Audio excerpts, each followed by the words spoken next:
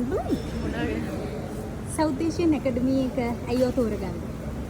ඇත්තටම කෝච් කෙනෙක් වීමේ බලාපොරොත්තු වෙන්නේ නෙමෙයි මට අර නොලෙජ් එක ගන්න තමයි එක්සර්සයිස් කොහොමද කරන්නේ ටෙක්නික් කොහොමද දැන් අපි මෙතෙන්ට ආවම හිතන අපි මොනවාද මේ ජිම් වල ගිහලා කරේ කියලා. කියන්නේ හරියටම ටෙක්නික් බිඳුවේ ඉඳන් හොඳටම ඉගෙන ගන්න පුළුවන් තැනක් තමයි සවුත් ඒෂියා කියන්නේ. හරි. එතකොට සවුත් ඒෂියන් ඇකඩමි එකේ සිද්ධ වෙන ඉගැන්වීම් යාකාරකම් කියමුකෝ. ඒව ගැන මොකද හිතන්නේ? පර්ෆෙක්ට්. ඇත්තටම දැන් මම කලින් කිව්වා වගේම අපි කරපු ගොඩක් ටෙක්නික් 75%ක් වගේම වැරදි. එතකොට අපිට මුලින් ඉඳන්ම කොහොමද මේ ටෙක්නික් එක ටෙන්ෂන් වෙන්නේ කොහෙද මොන මසල් එකද මේ වර්ක් කරන්නේ කියන හැම දෙයක්ම මුලින් ඉඳන් සරලව ඉගෙන ගන්න පුළුවන් තැනක් තමයි සවුත් ඒෂියා සායි වැඩපිළිවෙල කියන්නේ.